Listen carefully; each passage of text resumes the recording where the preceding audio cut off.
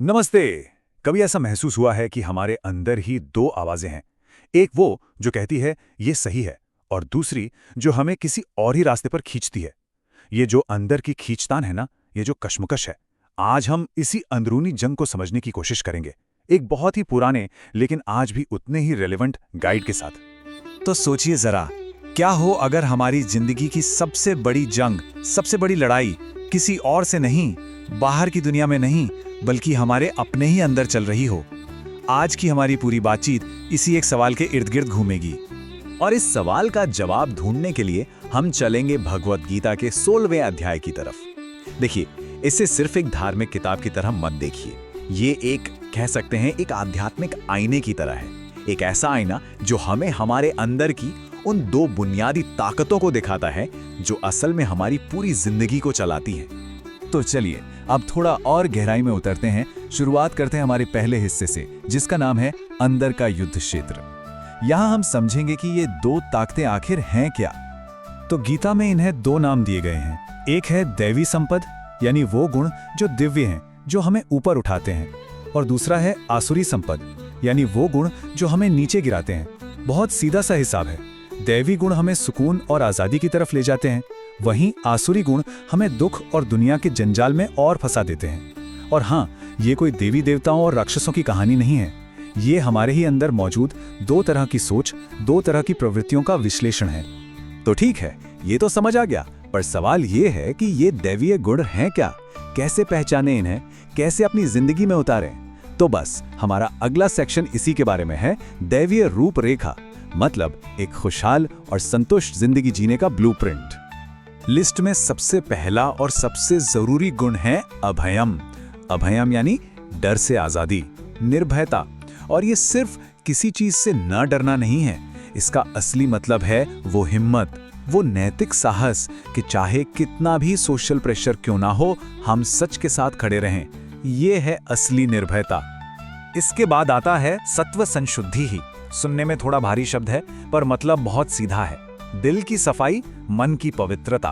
मतलब हमारे हर काम के पीछे का इरादा नेक हो, पूरी ईमानदारी हो, ट्रांसपेरेंसी हो।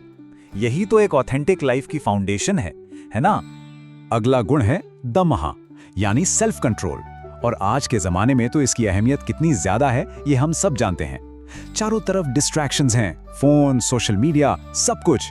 ऐसे में अपनी इंद्रियों पर काबू रखना, अपने मन को भटकने से रोकना, ये मेंटल पीस के लिए बहुत बहुत जरूरी है। और फिर है अक्रोधः, यानी गुस्से से आजादी। सोचिए, आज की दुनिया कितनी पोलराइज्ड है, कितनी बटी हुई है। ऐसे में अगर कोई शांत रह सकता है, अपना आपा नहीं खोता, तो ये किसी सुपर पावर से कम नहीं है। यही वो ताकत है जो किसी भी लड़ाई झगड़े को एक सुलझी हुई बातचीत में बदल सकती है। अच्छा, तो ये तो हुए दैवीय गुण, पर अब सिक्के का दूसरा पहलू भी देखना जरूरी है। तो हमारा अगला सेक्शन है आसुरी मानसिकता, और ये कैसे आज की दुनिया की बहुत सी प्रॉब्लम्स की जड़ में है। और एक बात यहां साफ करना जरूरी है, इसका मकसद किसी पर आसुरी का ठप्पा लगाना नहीं है। मकसद है उस सोच को पहचानना जिसे हम अपने अंदर पहचान कर उस पर काबू पा सकते हैं। इस आसुरी सोच का सार, इसकी कोर फिलॉसफी कुछ ऐसी है, ये दुनिया झूठी है, सब दिखावा है, यहाँ कोई सही गलत, कोई मोरालिटी नहीं है। ये बस इसलिए बनी है ताकि हम अपनी इंद्रियों को खुश कर सके। मतलब एक ऐसी सोच जो किसी ऊंचे मकसद, किसी हायर पावर, सबको नकार देती है। हैरानी की बात है कि हजारों साल पुरानी ये बात आज की बड़ी बड़ी समस्याओं से सीधे सीधे जुड़ती है। ये सिर्फ कोई फिलॉसफी की बात नहीं है, ये एक बहुत ही प्रैक्टिकल वार्निंग है। देखिए, ये कनेक्शन कितना साफ है। गीता में जिसे काम कहा गया, यानी कभी न मिटने वाली इच्छा, वही तो आज लालच और करप्शन की शक्ल में हमारे सामने है। जिसे नष्ट आत्मनः कहा गया, यानी एक विनाशकारी सोच, वही तो एनवायरमेंटल क्राइसिस के पीछे है। अहंकार और घमंड ये सोशल डिवीजन और झगड़ों को हवा देते हैं, और ये सोच के जिंदगी का मकसद सिर्फ एंजॉय करना है। यही सोच आखिर में हमें एंजाइटी और मेंटल हेल्थ क्राइसिस की तरफ धकेल रही है। और अब हम इस अध्याय के शायद सबसे जरूरी, सबसे सीधी चेतावनी वाले हिस्से पर आ गए हैं। अगला सेक्शन है विनाश के 3 द्वार। ये एक अल्टीमेट वार्निंग है। गीता बहुत साफ साफ बताती है कि वो कौन सी 3 आदतें हैं, कौन सी 3 प्रवृत्तियां हैं जो इंसान को सेल्फ डिस्ट्रक्शन की तरफ ले जाती हैं। सिर्फ 3। तो क्या हैं ये 3 दरवाजे? पहला है काम, यानी इंटेंस सेल्फिश डिजायर। यही इच्छा है जो कंज्यूमरिज्म को, एडिक्शन को फ्यूल करती है। दूसरा है क्रोध, गुस्सा। घर के छोटे मोटे झगड़ों से लेकर दुनिया में हो रही बड़ी बड़ी लड़ाइयों तक जड़ में कहीं ना कहीं गुस्सा ही है। और तीसरा है लोभ, यानी लालच, और ज्यादा पाने की ये भूख। यही तो समाज में इनइक्वालिटी बढ़ा रही है। गीता कहती है इन तीनों को छोड़ना ही असली खुशी की तरफ पहला कदम है। तो ठीक है, ये सब बातें तो समझ आ गईं, दैवीय गुण क्या हैं, आसुरी क्या हैं, विनाश के द्वार कौन से हैं। पर अब करें क्या? यहीं पर आता है हमारा आखिरी सेक्शन, चुनाव का मार्ग। ये कॉल टू एक्शन है। देखिए, सबसे जरूरी बात ये याद रखनी है कि इस पूरी समझ का मकसद दूसरों को जज करना, उन पर उंगली उठाना नहीं है। बिल्कुल नहीं। इसका असली मकसद है खुद को देखना, खुद को समझना और फिर कॉन्शियसली, जानबूझकर खुद को बेहतर बनाना। ये सेल्फ रिफ्लेक्शन का एक टूल है, लोगों में फूट डालने का नहीं। तो आगे का रास्ता क्या है?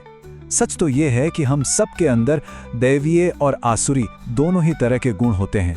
कोई भी पूरी तरह अच्छा या बुरा नहीं है। हमारा काम बस इतना है कि हम जानबूझकर कॉन्शियसली अपने अंदर के दैवीय गुणों को बढ़ाएं, उन्हें सींचें। और इसमें शास्त्र, यानी ये जो विजडम है, ये हमें सही और गलत में फर्क करने के लिए एक गाइड की तरह मदद करते हैं। और याद रखिए, अपने अंदर अच्छाई की तरफ उठाया गया हर एक छोटा कदम पूरी दुनिया को थोड़ा और बेहतर बनाने में मदद करता है। तो ये पूरी बातचीत, ये पूरा विश्लेषण आखिर में बस एक सीधे से सवाल पर आकर रुक जाता है। एक सवाल जो हर किसी को खुद से पूछना है। आज अपने अंदर किन गुणों को बढ़ाने का चुनाव किया जाएगा? दैवीय गुणों को या आसुरी? क्योंकि हमारे अंदर चल रही इस जंग का नतीजा इसी चुनाव पर और सिर्फ इसी चुनाव पर निर्भर करता है।